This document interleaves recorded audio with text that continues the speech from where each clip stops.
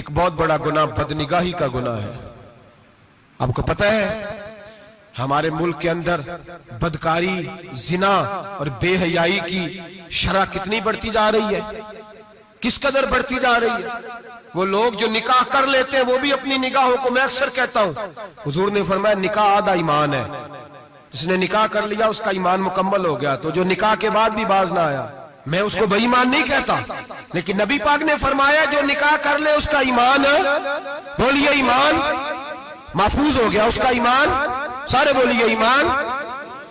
اور جو پھر بھی باز نہ آئے، حضور کہہ رہے ایمان مکمل ہو گیا. اور جو نہ باز آیا کیا فتویٰ دیا جائے حدیث کی روشنی میں؟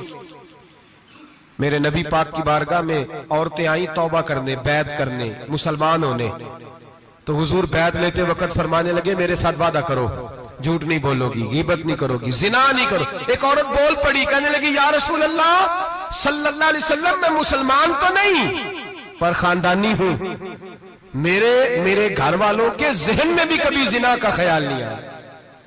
ہم تو اسے خاندانوں کے وقار کے خلاف سمجھتے ہیں. روز بری نظر سے کسی کو دیکھنا اور کسی کے بارے میں غلط باتیں، ناراض نہ ہونا. بہت سارے بوڑھے بھی لذت لے لے کے جرم بیان کرتے ہیں، گناہ بیان کرتے ہیں، غلط باتیں کرتے ہیں، کسی عورت کے بارے میں تبصرہ کرتے ہیں.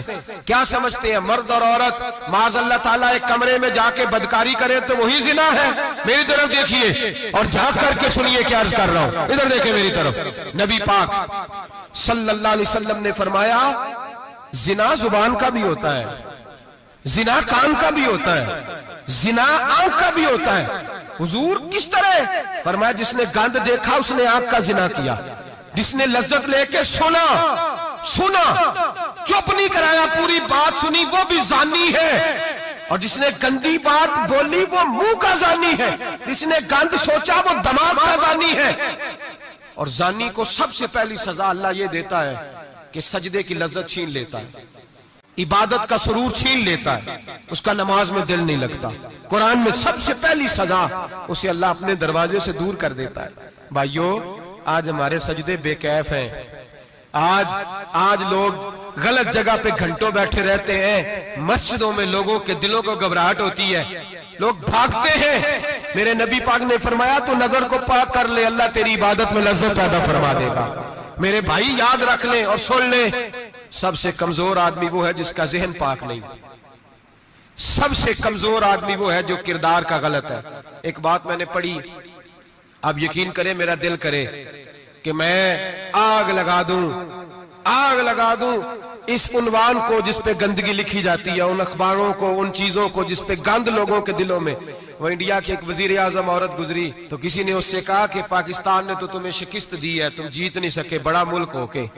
کہنے لگی کوئی بات نہیں، تھوڑا وقت ٹھہر جاؤ، ہم ان پر تہذیبی یلغار کریں گے، ان کے گھروں میں ننگا ناچ کریں گے، یہ گندی تصویریں دیکھیں گے، یہ گند میں الجھ جائیں گے.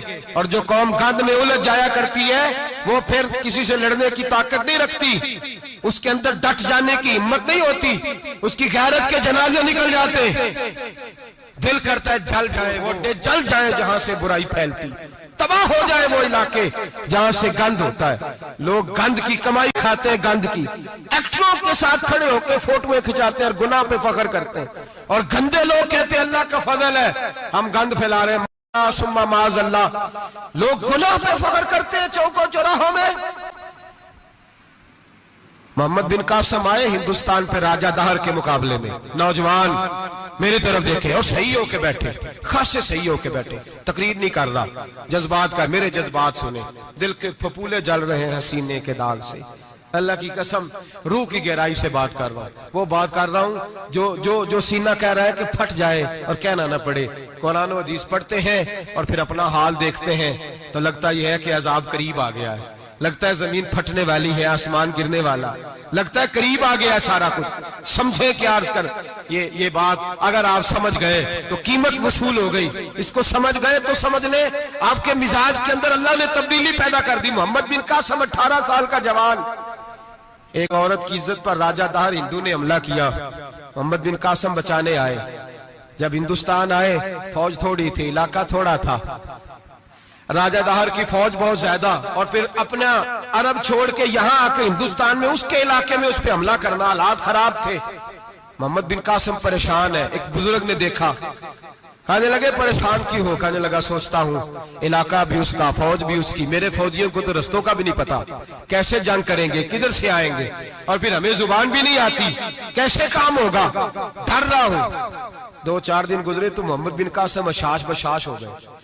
وہ بزرگ کہنے لگے خیر ہے، بڑے مطمئن ہو گئے ہو؟ کہنے لگے بس راجہ دہر ہم سے مقابلہ نہیں کر سکتا، راجہ دہر ہمارے مقابلے میں کھڑا نہیں ہو سکتا، وہ گرا کے گرا، وہ لڑکھڑایا کے لڑکھڑایا، ریزہ ریزہ ہو جائے گا۔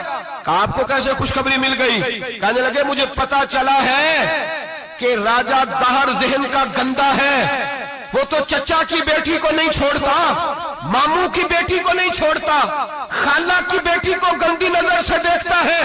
جس کا ذہن گندا ہوتا ہے وہ کسی کا مقابلہ نہیں کر سکتا، ہمیں فتح ہوگی، فتح، وہ گرے گا۔ وہ بزرگ کہتے ہیں میں سمجھ گیا کہ واقعی سے فتح ہوگی۔ آج کشمیر کیوں آزاد نہیں ہو رہا، فلسطین میں آگ کیوں لگی ہوئی ہے؟ مسلمان جب تک ذہن کا گندا ہے کمزور ہے، جب تک ذہن کا ناپاک ہے کمزور ہے۔